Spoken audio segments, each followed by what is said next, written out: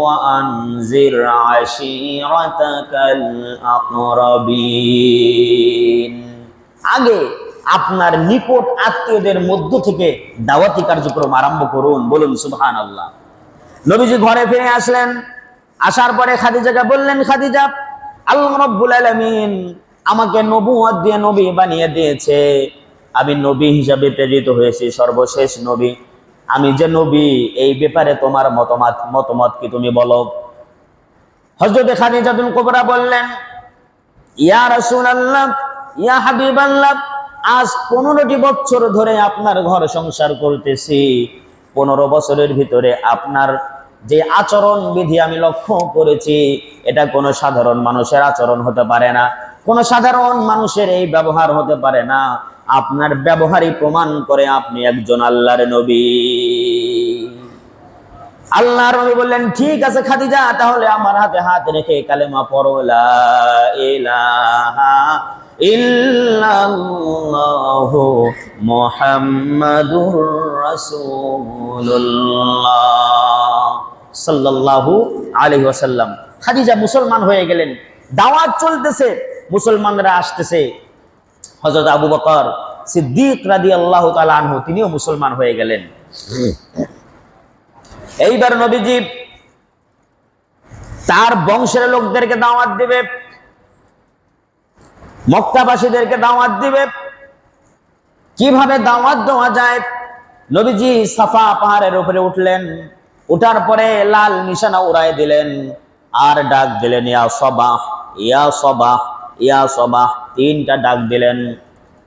ওই সময় কোনো মানুষ যদি বিপদে পড়তো অথবা গুরুত্বপূর্ণ কোনো খবর যদি পৌঁছানো প্রয়োজন মনে করত, মিডিয়া ছিল না, মাইক ছিল না, ওই সময় মানুষেরা পাহাড়ের চূড়ায় উঠে এই শব্দ বলে ডাক দিত, লাল নিশানা উড়াই দিত। তখন মানুষেরা বুঝতো যে গুরুত্বপূর্ণ কথা বলবে অথবা আসন্ন কোনো বিপদ আমাদের জন্য অপেক্ষা করতেছে। নবীজির ডাক শুনে সাফা পাহাড়ের পাদদেশে সমস্ত কুরাইশের লোকেরা একত্রিত হয়ে গেল। হওয়ার পরে এবার কুরাইশদেরকে লক্ষ্য করে বলতেছে, ওহে কুরাইশবাসী ও কুরাইশের নেতৃবৃন্দ, আমি যদি বলি এই পাহাড়ের পাদদেশে একটা শত্রু দল অপেক্ষা করতেছে, সুযোগ পেলে তোমাদের উপরে আক্রমণ করবে, তাহলে তোমরা আমার এই কথা বিশ্বাস করবে কিনা?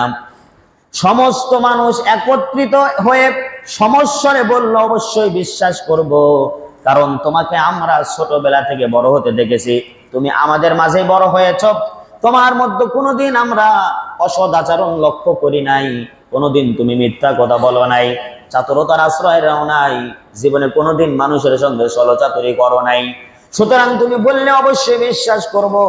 এইবার এই স্বীকারোক্তি নেওয়ার পরে বিশ্ব নবী বলছেন, তাহলে তোমরা জেনে রাখো, ইন্নী লাকুম নাযীরুম মুবিন ফাত্তাকুল্লাহা ওয়া আতিউন।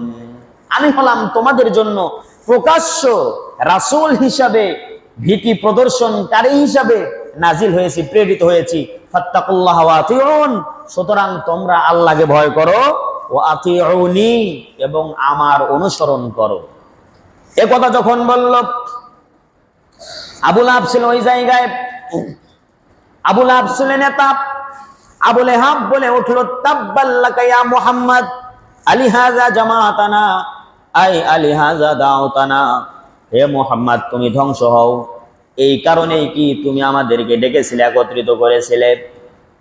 যখন নবীজি ধ্বংস কামনা করল আবু লাহাব, আল্লাহ রাব্বুল আলামিন বরদাস্ত করলেন না, সাথে সাথে কোরআনুল কারীমের আয়াত নাজিল করে দিলেন, তাব্বাত ইয়াদা আবি লাহাবি ওয়া তাব মা আগনা আনহু মালুহু ওয়া মা কাসাব সায়াসলা নারান যাতা লাহাব ওয়া ইমরাআতুহু হাম্মালাতাল হাতাব ফি জিদিহা হাবলুম মিন মাসাদ। আল্লাহ পাক নাজিল করে দিলেন আয়াত, নবী, আবু লাহাব আপনার ধ্বংস কামনা করেছে, আমি আপনাকে নবী হিসাবে মনোনীত করেছি।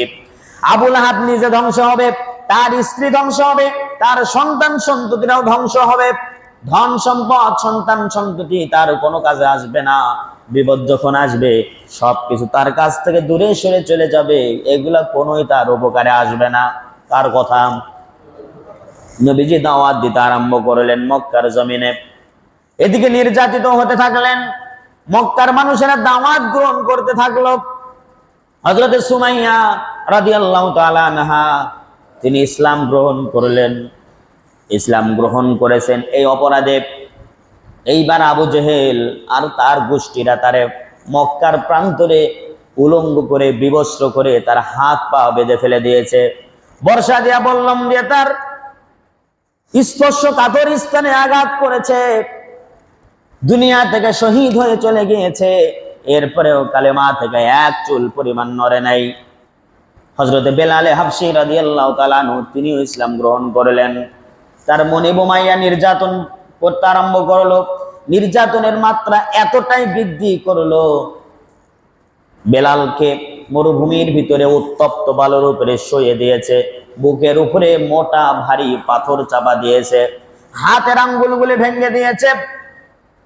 বেলাল রাদিয়াল্লাহু তাআলা আনহু কোনো কথা বলতে পারেন না, পিপাসার্ত হয়ে গিয়েছেন, রক্তে মরু বালুগুলো পর্যন্ত রঞ্জিত হয়ে গিয়েছে। বেলালের কানের কাছে গে শোনা হলো, বেলালের মুখ নড়ে, আস্তে আস্তে নড়ে। ওরা মনে করেছে হয়তো কালেমা ত্যাগ করেছে, মুসলমান থেকে বিচ্ছিন্ন হয়ে গিয়েছে। তার কানের কাছে গিয়ে মুখ লাগানো, তার মুখের কাছে গিয়ে কান লাগানো হলো, দেখতেছে তার মুখ থেকে বের হচ্ছে আহাদ আহাদ আহাদ লা ইলাহা ইল্লাল্লাহু মুহাম্মাদুর রাসূলুল্লাহ সাল্লাল্লাহু আলাইহি ওয়াসাল্লাম। এর নাম হচ্ছে ঈমান, মুসলমান হয়েছি।